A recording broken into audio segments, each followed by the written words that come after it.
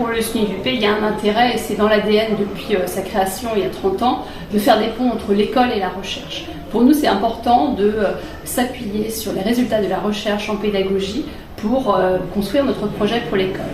Et de fait, on utilise les chercheurs et la recherche en pédagogie pour organiser nos universités d'automne, pour avancer sur nos convictions sur l'école.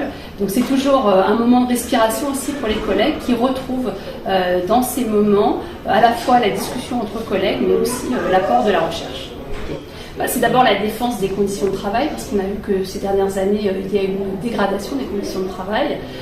Et les alertes sociales qu'on a déposées dans les départements l'ont montré. Les collègues ont déposé des témoignages sur notre plateforme J'alerte en dénonçant les conditions de travail et le manque de moyens qui sont associés à l'inclusion, par exemple, pour faire correctement notre métier et inclure correctement les élèves. Puis c'est aussi la question des salaires. Il faut se battre pour de meilleurs salaires pour qu'il y ait une attractivité du métier. Il faut des meilleurs salaires, pas seulement en début de carrière, mais aussi en milieu et en fin de carrière. Et bien, s'il n'est pas tant visible que ça pour le moment pour les enseignants du premier degré, les impacts de la réforme de l'échelle des savoirs est très importante et sera très importante pour nos élèves et pour notre métier.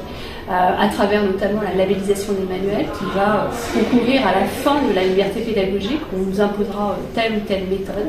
C'est aussi la question du redoublement qui renvoie la question de l'échec à la responsabilité de l'élève et qui ne prévoit pas tout ce qui peut se faire en prévention et notamment en termes de postes en enseignement spécialisé en réseau d'aide. Mais c'est aussi la question du tri des élèves et si les groupes de niveau ne concernent que le collège, on voit bien ce que ça présage pour nos élèves qui iront au collège. Et pour nous, il est hors de question de trier les élèves à la fin de l'école primaire pour leur scolarité future.